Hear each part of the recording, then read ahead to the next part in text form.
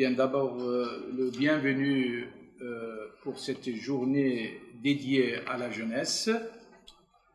I'd like to welcome you all here to this day, which is dedicated to youth. We've come together here. In this place, it symbolizes the collaboration between nation states, representing diverse people and cultures. And it is to raise awareness, to allow us to grasp the importance of education, to give culture to the youth who are going to build and manage our future world. In 1888, when Henri Marion explained his thoughts at the University of the Sorbonne on liberal doctrine, he coined the term the active school. Indeed, for centuries, it's generally been adults which try to mold children in their own image through teacher-centric education, whilst Marion, using the term active school, imagined children at the heart of the educational process. The role given to the teacher is one of a facilitator.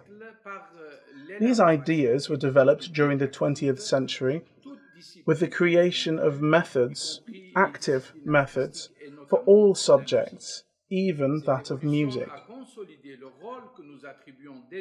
And this evolution strengthened the role that we now give to young generations.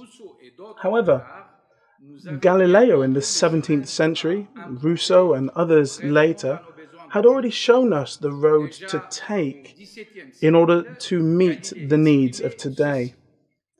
Back in the 17th century, Galileo said, "We cannot teach people anything. We can only help them discover it within themselves." Now, despite this somewhat clumsy translation, we grasp the depth of thought of the author who had understood the problem in front of us. Today, it's a shame that the majority of world leaders give priority to finance, profitability, and more generally the economy, while the greatest investment should be made in education and culture. We have to understand that our future will be built by the young who have been able to develop a personality of knowledge, of know-how, that is regulated by creative and emotional intelligence. It's these emotions which shape rational thought.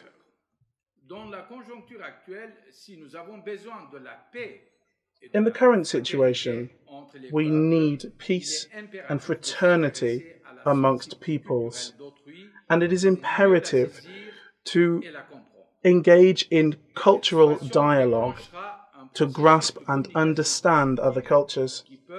This situation will kickstart a process of constructive communication which will bring individuals and peoples together that we previously thought were far apart. The civility of a population can be measured by the importance that it gives to training in arts and culture. And without this, they risk being lost to the darkness of history. That's the reason why, in education, we have to make sure that there are balanced curricula, balance between what you might say are purely cognitive subjects, and that these subjects are enriched and reinforced by artistic disciplines. This is the path which allows us to train future, balanced, creative citizens who understand their environment through empathy, who can engage in cultural awareness and seize the prevailing values.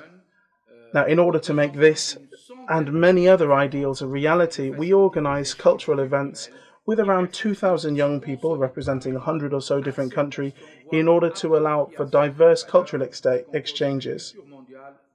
acceptance, and appropriation of the values which make up global culture in its diversity. I would like to thank the United Nations and its leaders for giving us the opportunity to host 24 young representatives of 24 different states to take part in a role play with the goal of dealing with various problems facing our planet here at the Concert of Nations. Thank you very much.